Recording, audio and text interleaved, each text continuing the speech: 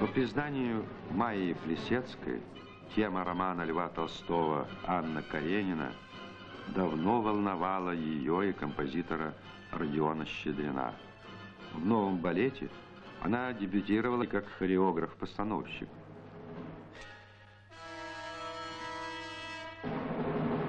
Воплощение большого прозаического произведения на балетной сцене само по себе дело рискованное. Его постановка во многом отличается от классических традиций русского балета.